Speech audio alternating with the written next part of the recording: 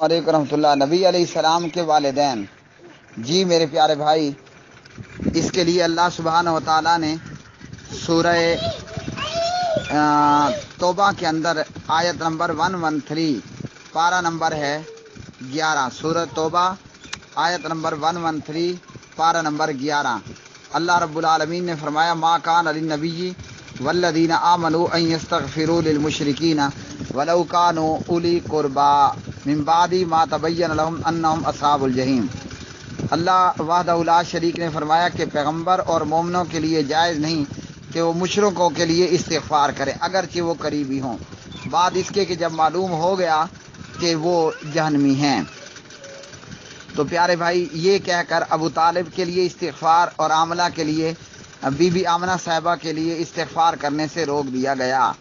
ہاں، نبی علیہ السلام کو جو ہے وہ والدہ کی قبر کی زیارت کی اجازت دی گئی۔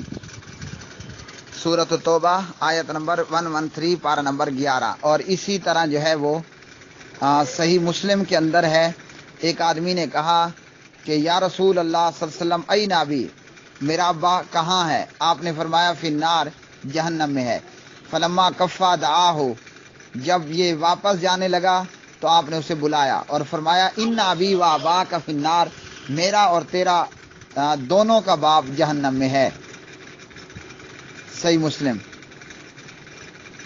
اور اسی طرح ابو طالب کے حوالے سے بخاری میں 1360 1360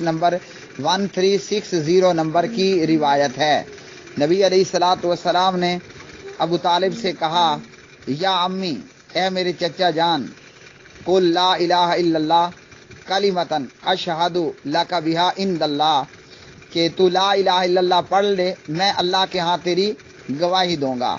ابو جہل مردود نے اور عبداللہ بن ابی امیہ نے کہا یا ابا طالب، اے ابو طالب، اترغب عن ملت عبد المطلب، کیا تو ملت عبد المطلب کو چھوڑنے والا ہے، چھوڑنے لگا ہے؟ تو نبی علیہ السلام بار بار کلمے کا کہتے رہے، اور ابو جہل اور عبداللہ بن ابی امیہ یہ دونوں مردود ابو طالب کو کلمہ پڑھنے سے روکتے رہے۔ ان دونوں مردودوں کا، ابو جہل اور عبداللہ بن ابی امیہ کا ستیہ ناس ہو، یہ دونوں برباد ہوں اور برباد ہوئے۔ ان دونوں نے ابو طالب صاحب کو کلمہ پڑھنے سے روکا اور ابو طالب نے انکار کر دیا۔ وَأَبَى أَن يَقُولَ لَا إِلَٰهَ إِلَّا اللَّهُ، ابو طالب نے انکار کیا لا الہ الا اللہ پڑھنے سے۔ نبی محترم محمد الرسول اللہ صلی اللہ علیہ وسلم نے فرمایا اما واللہ لاستغفرن لک ما لم انہا عنک، اے چچا میں تیرے لیے ضرور استغفار کرتا رہوں گا جب تک کہ مجھے روک نہ دیا جائے۔ فانزل اللہ تعالی فی، تو اللہ نے سورہ توبہ کی آیت 113 پارہ نمبر 11 نازل کر دی۔ اور دیگر حدیث کے اندر ہے کہ ابو طالب کی خدمات پر جناب ابو طالب صاحب کو یہ صلہ ملے گا کہ نبی علیہ السلام کی دعا کی وجہ سے وہ جہنم کے اندر نہیں ہوں گے، بلکہ ان کے پاؤں صرف جہنم میں ہوں گے، ان کے پاؤں جہنم کی آگ میں ہوں گے، اور اس سے بھی ان کا دماغ ایسے کھولے گا کہ جیسے آگ پر رکھی ہنڈیا کھولتی ہے۔ ہمارا دل یہی کہتا ہے کاش کہ ابو طالب صاحب نے کلمہ پڑھ لیا ہوتا، لیکن ہم ایماندار ہیں، ہم یہی کہتے ہیں رضیت باللہ ربا وبالاسلام دینا وبمحمد نبیا ورسولا۔